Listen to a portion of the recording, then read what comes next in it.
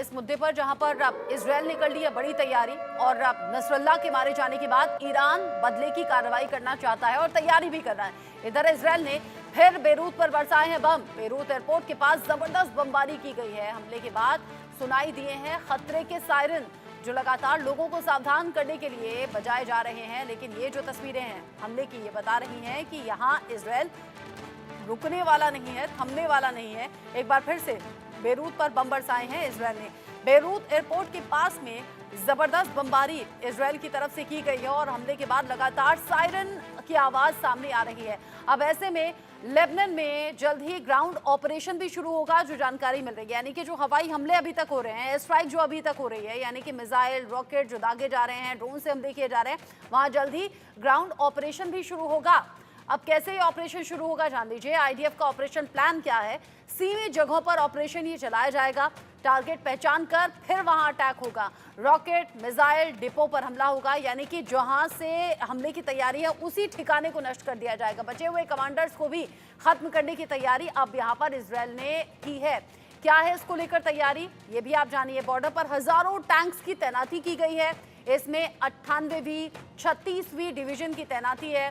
Ready to attack mode में fighter jets को रखा गया है, ताकि अगर कभी भी इमरजेंसी पड़े तो फाइटर जेट्स तुरंत अपने अटैकिंग मोड में आ जाएं। न्यू फेज ऑफ वॉर का ऐलान यहां पर कर दिया गया है और ये बड़ा खतरनाक होता है अगर ग्राउंड ऑपरेशन में सेना उतरे या फिर दो देशों का टकराव यहां पर हो, जो कि इस वक्त गाजा में भी देखने को मिल रहा है। अब ऐसे में सवाल बहुत से हैं। धधका हुआ अरब नजर आ रहा है। ऐसे में सवाल ये कि महाजंग के हालात हैं क्या? तीसरा विश्व युद्ध होगा क्या?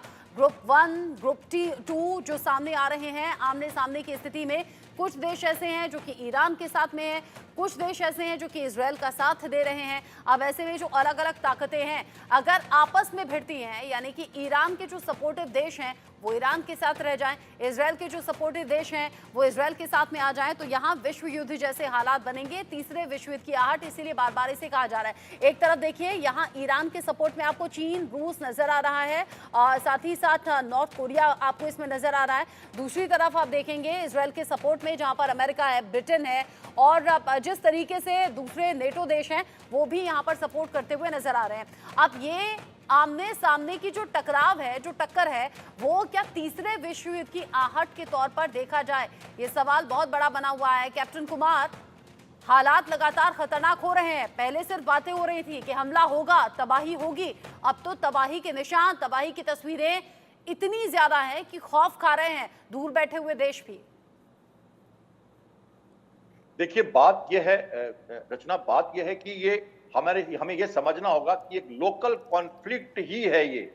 क्योंकि जब हम प्रोग्रेसिव बातें कर रहे थे और जहां पर ये बातें सुलगी तो पैलेस्टाइन को एक जगह देते हुए और एक पीसफुल कंट्री के रूप में एग्जिस्टेंस में रखना इजराइल कर रहा है, जो भी कहें लोग।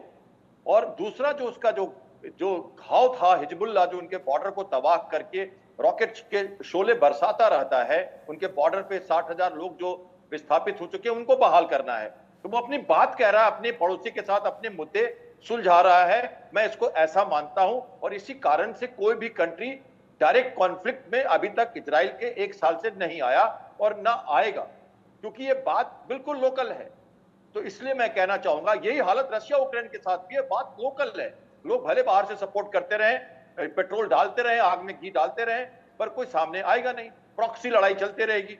तो इस प्रॉक्सी लड़ाई में यूनाइटेड नेशन को कहा गया है डिफेंस मिनिस्टर इजराइल की तरफ से कि आप कुछ कर नहीं पाए, आप हमें यूनाइटेड नेशन की जो फोर्स जो लेबनान में यूनिफिल है उसके भी जनरल हैं, उन्होंने भी यही कहा है कि 19 माइल का जो जोन है लेबनान के बॉर्डर पे इजराइल के साथ, उसको खाली कर दिया जाए, उसमें कोई फोर्स ना हो और 60,000 लोग उसमें रह सके। क्योंकि हिजबुल्लाह के पास क्या है, 1 लाख से ज्यादा, 1.5 लाख से ज्यादा छोटे रेंज के रॉकेट से वो लगातार तबाही करता रहा है 1982 से। और इजराइल अब ये नहीं चाहता। देखिए एक बात करना चाहूंगा जल्दी से, प्राइम मिनिस्टर बेनेट जो इजराइल के पूर्व प्रधानमंत्री हैं, उन्होंने आज कल ही कहा है कि हमारा देश उनके साथ है, ग्राउंड डिवीजन हो चाहे एयर स्ट्राइक हो, हमें ये बात अपनी मनवानी पड़ेगी, अपने लोगों को वापस ले जाना पड़ेगा। और ये अपॉर्चुनिटी है मिडिल ईस्ट के लिए। अब ये जो ग्राउंड ऑपरेशन चलाने की तैयारी है उसमें बड़ी तबाही के भी अंदेशे नजर आ रहे हैं। और इन सब के बीच अपडेट ये भी कि नसरल्ला की मौत के बाद में मध्य पूर्व में तनाव और ज्यादा बढ़ता हुआ नजर आ रहा है, जो कि होना भी था, लाजमी सी बात है। नसरल्ला के मारे जाने के बाद में दहशत में है ईरान। आयतुल्ला अली खामेनेई को सुरक्षित जगहों पर भेज दिया गया है, कड़ी सुरक्षा के साथ में सुरक्षित स्थान पर ले जाया गया है। यानी कि खामेनेई जो मीटिंग्स कर रहे हैं, आगे को लेकर दावे कर रहे हैं बड़े बड़े, वो खुद सुरक्षित जगह पर शिफ्ट हो गए हैं। अब ऐसे में इजराइल का अगला टारगेट क्या खामेनेई होने वाला है, और अगर हाँ तो क्यों? ईरान के साथ में सीधी सीधी जंग चाहता है इजराइल, क्योंकि ईरान प्रॉक्सी देशों का सहारा लेकर इजराइल को डराने धमकाने की कोशिश लगातार चेतावनी के तौर पर पिछले दिनों दे रहा था। अब ऐसे में खामेनेई क्या अगला निशाना होगा, ये बड़ा सवाल है।